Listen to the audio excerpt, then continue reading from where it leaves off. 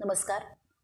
Helen Keller यांनी लिहिलेल्या माझी जीवन कहाणी ह्या आत्मचरित्राचं वाचन आपण गेले अनेक दिवस ऐकत होतो. तुम्हा सगळ्यांकडनं आलेला प्रतिसाद माझा उत्साह वाढवणारा होता आणि एक सुंदर प्रेरणादायी जीवन कहाणी तुमच्यापर्यंत पोचवल्याचा आनंद मला नक्कीच मिळाला. आज यातला शेवटचा भाग आपण ऐकूया. बिशप ब्रुक्स यांच्या निधनानंतर मी बायबल वाचून काढलं. धर्मावरचे काही ग्रंथही वाचले. पण ब्रुक्स बाबांच्या प्रेमाच्या शिकवणीतून मला मिळालेले आत्मिक समाधान मला दुसऱ्या कुठल्याही पंथात किंवा विचारात मिळालं नाही. डॉक्टर ऑलिव्हर होम्स हे माझे आणखीन एक आत्मीय. त्यांच्याशी झालेली माझी भेट आठवते. एका रविवारी दुपारी त्यांनी मला आणि बाईंना भेटायला बोलवलं होतं.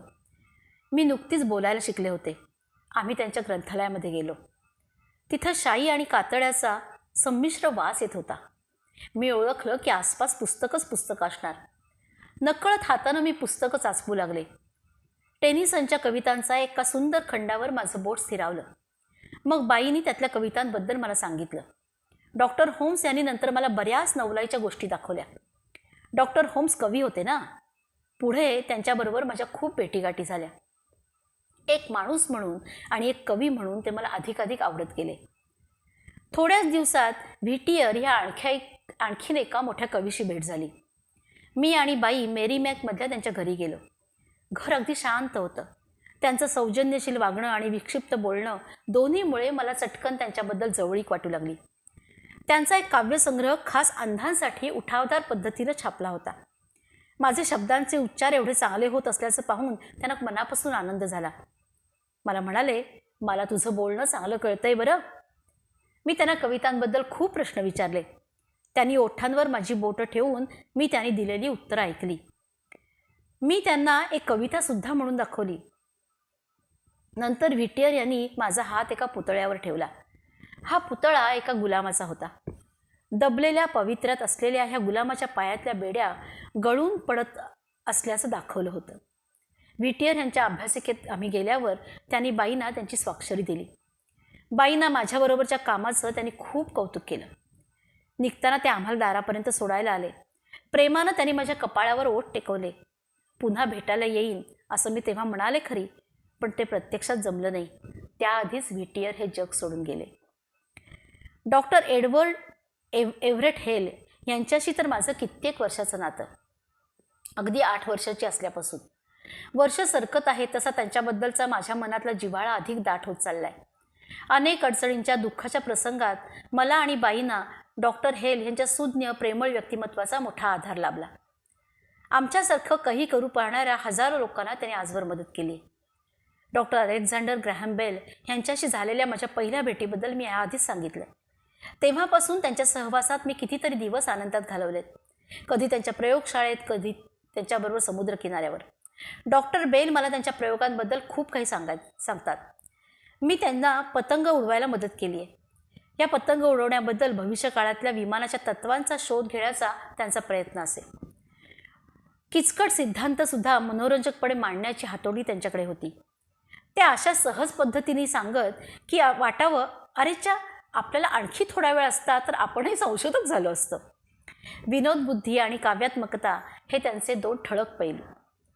या सगळ्यांपेक्षा त्यांचा महत्त्वाचा विशेष म्हणजे मुलांबद्दलचं त्यांच्या मनातलं वात्सल्य आणि प्रेम. बहिरेपणा आलेल्यांसाठी डॉक्टर बेल यांनी केलेलं कार्य शाश्वत आहे. पुढच्या पिढ्यांना लाभलेलं ते एक वरदान आहे आणि म्हणूनच डॉक्टर बेल सदैव आदरणीय वाटतात. न्यूयॉर्कमधल्या माझ्या 2 वर्षाच्या मुक्कामात अनेक नामवंत व्यक्तींशी संवाद साधण्याची मला संधी मिळाली.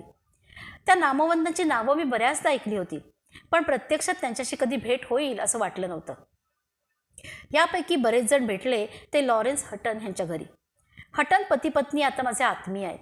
हटन यांच्या घरातही ग्रंथालय आहे. त्यांच्याकडे दुसऱ्याच्या मनातले विचार, भावना काढून घेऊन खुलवण्याचं कसब आहे. मिसेस हटन यांच्या रूपानं मला एक जीवाभावाची मैत्रीण मिळाली. माझ्यात जे काही उत्तम आहे ते त्यांच्यामुळे. कॉलेजमध्ये असताना त्यांनी मला वेळोवेळी सल्ला दिला आहे, मदत केली आहे. त्यांच्या पत्रांनी मनाला उभारी यायची, अंगात बळ यायचं. आज कष्ट घेते तर उद्याचं काम सोपं होतं अशी शिकवण देणाऱ्या व्यक्तिमत्वांपैकी त्या एक होत्या. हटन यांच्या बऱ्याच साहित्यिक मित्रांशी माझ्या ओळखी झाल्या. त्यातली थोर माणसं म्हणजे मार्क ट्वेन आणि विल्यम्स डीन हॉवेल्स. ह्याच्याशिवाय रिचर्ड गिल्डर, एडमंड स्टेडमन आणि चार्ल्स वॉर्नरही या परिवारामध्ये होते. सगळेच जण माझ्याशी प्रेमाने वागत. गिल्डर यांनी मला पाठवलेल्या पत्रात एकदा त्यांच्या सहीखाली मला जाणवेल अशी खूण केली होती. डॉक्टर हेलही असेच मला पाठवलेल्या पत्रात ब्रेलमधून खाली सही करायचे. मार्क ट्वेनच्या ओठांना स्पर्श करून मी त्यांच्या 1-2 छान गोष्टी ऐकल्या. विचार करण्याची, बोलण्याची किंवा कोणतीही गोष्ट करण्याची त्यांची एक खास पद्धत होती. त्यांच्या हस्तांदोलनातून मला त्यांच्या डोळ्यातली चमक जाणवते. याशिवाय आणखी कितीतरी वैशिष्ट्यपूर्ण व्यक्तिमत्व माझ्या मित्रपरिवारामध्ये आहेत. अशा प्रकारे माझी ही जीवन कहाणी माझ्या आत्मीयांनीच घडवलेली आहे. हर तऱ्हेने प्रयत्न करून त्यांनी माझ्या मर्यादांमधूनच माझ्यामध्ये सामर्थ्य ओतलं. माझ्यावर अपंगत्वाचं सावट आलं तरी त्यातून प्रसन्न चित्तानं आणि आनंदानं पुढं चालत राहायचं बळ मला दिलं. धन्यवाद. आपण सर्वांनी खूप खूप छान प्रतिसाद दिलात, त्याबद्दल मनापासून आपले आभार. अशाच छान छान गोष्टी वाचण्याचा, कविता ऐकवण्याचा प्रयत्न करणार.